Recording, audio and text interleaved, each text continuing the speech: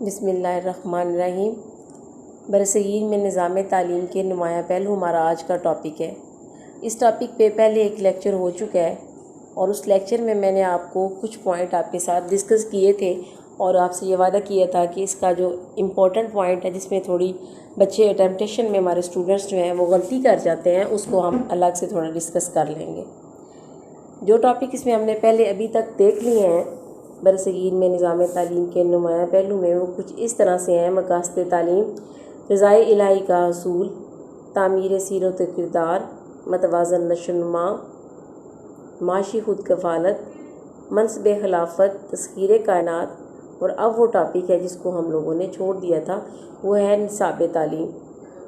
اور کسی بھی نظام تعلیم کے اندر جو نصاب تعلیم ہوتا ہے، آپ کو پتہ ہے اس کو ویسے بھی کور کرنا اور سمجھنا عمومی طور پر زیادہ براڈر ٹاپک ہوتا ہے اور تھوڑا سا مشکل ہو جاتا ہے۔ مسلمانوں کے نصاب تعلیم کے حوالے سے جو بچے اس میں جو اسٹوڈنٹس مسٹیک کرتے ہیں وہ میں ٹاپک کے اینڈ پہ بتاؤں گی، پہلے اس کو ٹاپک کو اچھی طرح سے انڈرسٹینڈ کر لیں۔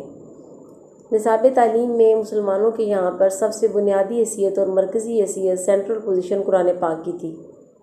قرآن پاک کے علاوہ تفسیر، حدیث اور فقہ وغیرہ بھی پڑھائے جاتے تھے، اور ساتھ ساتھ دیگر علوم جو کہ اختیاری مضامین کی حیثیت رکھتے تھے، ان میں میتھ، میڈیسن، طب، نجوم اور زراعت وغیرہ شامل تھے۔ اور طلبہ کو اس سلسلے میں مکمل طور پر آزادی تھی کہ وہ اپنی مرضی اور چوائس اور صلاحیت کے مطابق مضامین کا انتخاب کر سکیں، مگر قرآن کو سینٹرل پوزیشن حاصل تھی۔ اس تعلیم کو فوکس کیا جاتا تھا اور کئی علوم قرآن پاک کی تفہیم کے لیے اس کو مزید آسان بنانے کے مقصد کے تحت نصاب کے اندر شامل کیے جاتے تھے۔ قرآن پاک کے اندر آیات ہیں، ہم سب نے پڑھی ہوں گی کہ سیروا فی الارض، کائنات کا مشاہدہ کرو، زمین پر گھومو پھرو، اللہ تعالیٰ کی نشانیوں کو دیکھو، عقل مندوں کے لیے نشانی ہے۔ تو یہی چیز آگے چل کر سائنس کے مضامین کی بنیاد بنتی ہے۔ نمبر 2 پہ ہم دیکھتے ہیں کہ قرآن پاک کے اوپر موجودہ دور میں بھی اور شروع سے ہی کفار، مشرکین، منافقین، یہود و نصارہ اعتراضات کرتے آئے ہیں، اور اعتراضات کا فلسفیانہ انداز میں دلائل کے ساتھ، آرگومنٹس کے ساتھ جواب دینے کے لیے علم الکلام وجود میں آیا۔ قرآن پاک کے اندر ذکر ہے کہ اپنے نفس پر غور کرو، اپنے نفس کو پہچانو۔ جو اپنے نفس کو پہچان گیا گویا اس نے اپنے رب کو پہچان لیا۔ تو یہ معرفت نفس آگے چل کر کیا بن گیا؟ سائیکالوجی، یعنی قرآن پاک میں سے ہی یہ تمام مضامین نکلے، اخذ ہوئے، اور قرآن پاک ان تمام علوم کا بلا شبہ منبع اور مرکز ہے۔ لیکن جو بنیادی بات ہے جو میں کرنا چاہ رہی ہوں یہاں پر، اور مجھے کرنا بھی چاہیے بینگ اے ٹیچر، کہ قرآن پاک کو مرکزی حیثیت حاصل تھی،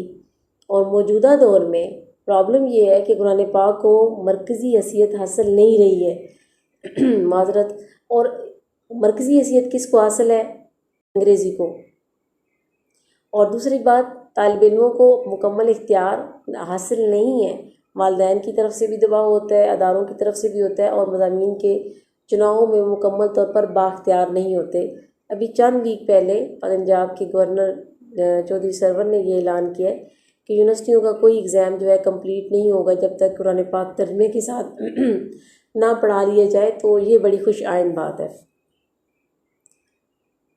نصاب کے ٹاپک میں ہم نے دیکھنا ہے کہ اس کو 3 سٹیجز پر ڈیوائیڈ کیا گیا تھا۔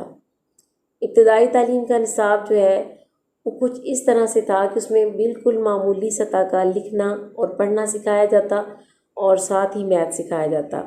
اس کے علاوہ دین اسلام کے وہ بنیادی اصول اور وہ ترتیب اور وہ طریقے اور وہ قواعد بچوں کو سکھائے جاتے جو زندگی گزارنے کے لیے بیسیکلی ضروری ہیں، مثلا طہارت، وضو، کھانے کے آداب اور اس طرح کی بیسک چیزیں سکھائی جاتی تھی۔ لیکن اس وقت مسلمان عوام کی جو عام فہم زبان استعمال ہوتی تھی وہ فارسی تھی برصغیر میں، تو وہ فارسی میں ہی تعلیم دی جاتی تھی۔ اور ابھی بھی جدید سائنس، میڈیکل سائنس، تمام جدید مفکرین اس بات پر بالکل متفق ہیں۔ قدیم مفکرین میں ابن خلدون کی بھی بات آپ سے پہلے ایک لیکچر میں ہو چکی ہے کہ وہ کہتے تھے مدر لینگویج میں پڑھائیں۔ تو اس لحاظ سے یہ بھی انتہائی ایک اعلیٰ اور نمایاں پہلو تھا ان کے یہاں موجود کہ وہ فارسی اگر رائج تھی تو وہ فارسی میں ہی پڑھاتے تھے، کیونکہ بچے کی جو اگر ہم اس کو ایک کسی اور لینگویج میں پڑھاتے ہیں، گھر وہ کسی اور میں پڑھتا ہے تو وہ صرف زبان پہ ہی پریشان ہوتا رہتا ہے، اور اصل اس کا جو مقصد ہے وہ کہیں پیچھے چلا جاتا ہے۔ فارسی کے علاوہ مشہور جو کتابیں تھیں گلستان اور بوستان وغیرہ وہ بھی پڑھائی جاتی تھیں، اور کہانیوں کے انداز میں بچوں تک اچھی اخلاقی روایات پہنچائی جاتی تھیں۔ ابتدائی تعلیم کے نصاب میں قرآن پاک لازمی اور کمپلسری تھا، اور مکاتب کے اندر ایک اور بڑی اچھی روایت موجود تھی کہ مسلمان اور نان مسلم غیر مسلم لڑکے اور لڑکیاں اکٹھے تعلیم حاصل کرتے، اور ان اخلاقی مسائل سے وہ قدیم دور کے لوگ نہیں گزرے جو کہ آج کل کے اداروں میں دیکھنے میں آ جاتے ہیں، اور کلاس 2 اور 3 کے بعد ہی کلاسز کو الگ سے ارینج کرنا پڑتا ہے، اور ساتھ ساتھ مذہبی مسائل اور مذہبی منافرت جتنی اس دور میں پائی جاتی ہے ہم دیکھتے ہیں کہ اس دور میں وہ نہیں تھی، اور مسلمانوں نے بہت کھلے دل کے ساتھ اپنے غیر مسلم بہن بھائیوں کے بچوں کو اپنے ساتھ بچوں کے بٹھا کر تعلیم دی۔ اور اس کے ساتھ ساتھ ابتدائی تعلیم کے حوالے سے ایک بہت اہم سائیکولوجیکل رول ان لوگوں نے اپنا رکھا تھا کہ اس کا ڈیوریشن 5 سال 3 سال 8 سال فکس نہیں تھا، بچے کی ایبیلٹی پہ تھا، اگر وہ سیکھ جاتا ہے ایک بک کو پڑھ لیتا ہے اگلی شروع کرتے، اور یہ بہت اچھی بات ہوتی ہے، شروع میں ایسے ہی ہونا چاہیے، اس کو بچے کی صلاحیت کے مطابق چھوڑ دیں، اس کو شروع سے ہی ایگزام پریشر سیمیسٹر آف ہو رہا ہے، ٹرم ہو رہا ہے، مڈ ٹرم ہو رہا ہے، اس میں اسے نہیں ڈالنا چاہیے۔ اس کے بعد ہم دیکھتے ہیں ثانوی تعلیم کا نصاب۔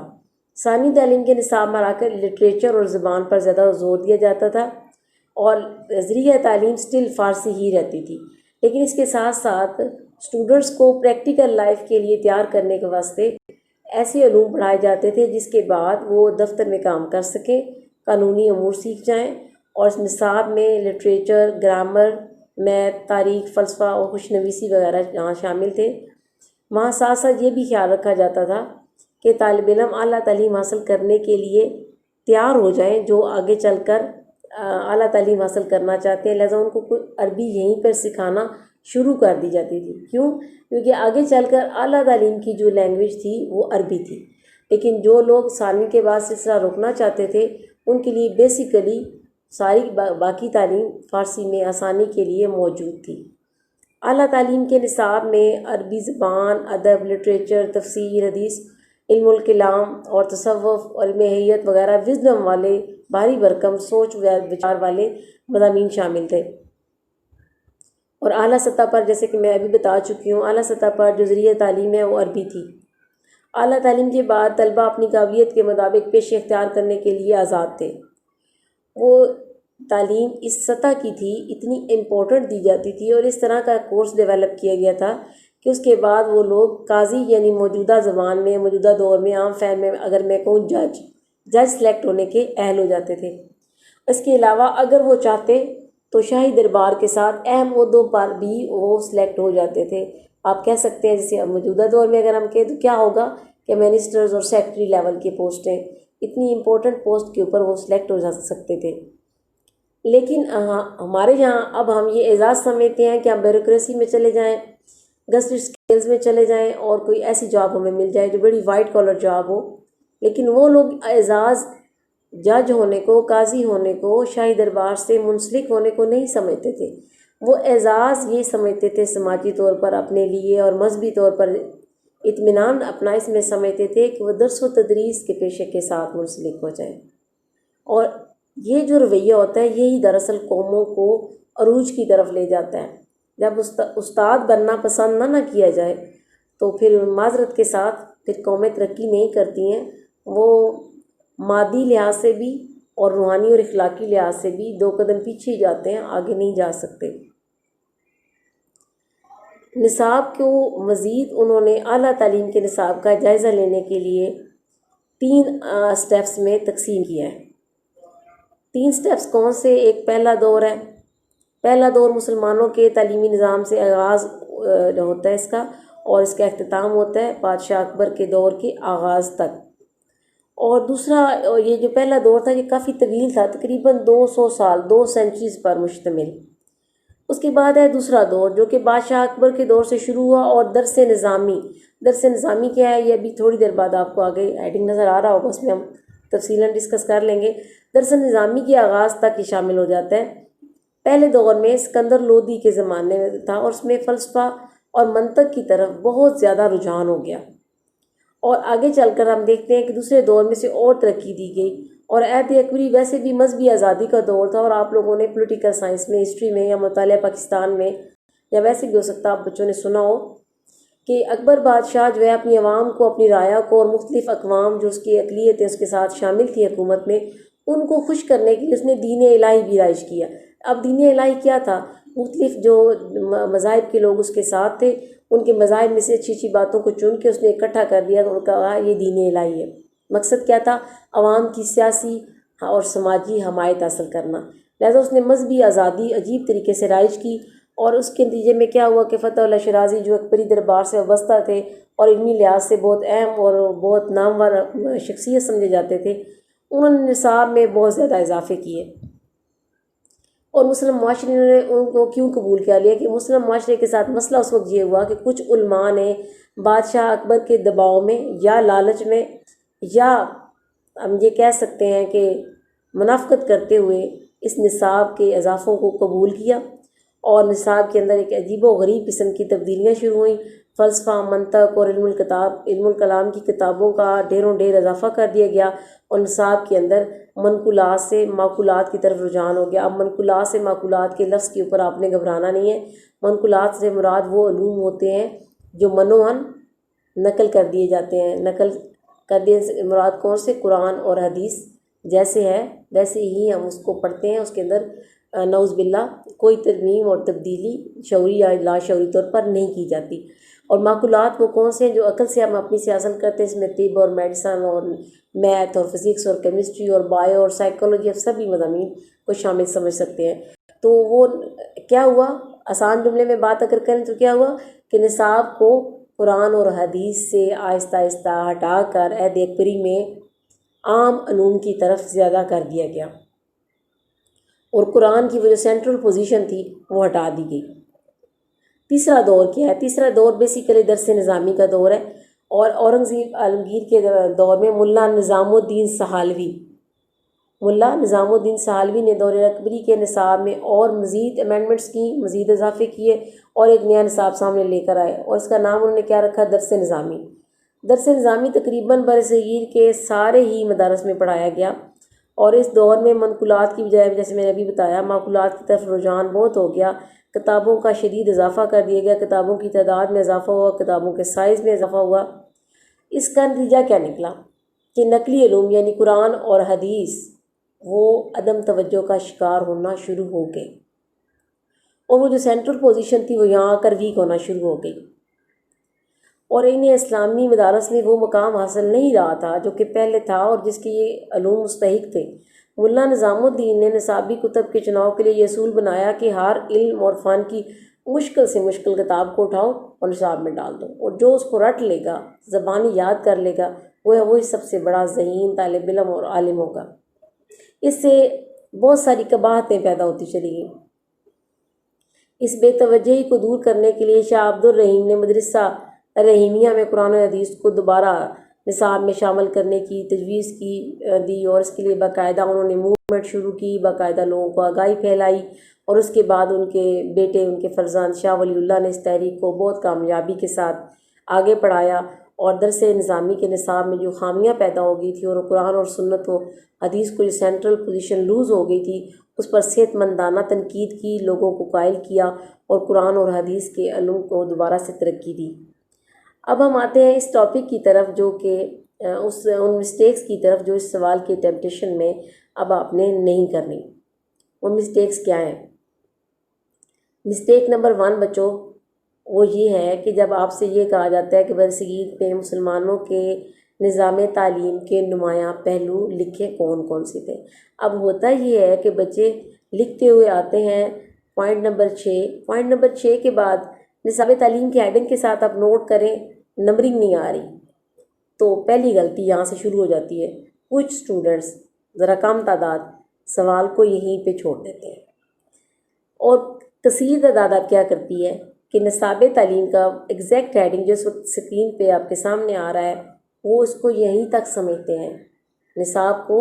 صرف یہیں تک سمجھتے ہیں اور یہاں چھوڑ دیتے ہیں، اور یہ کثیر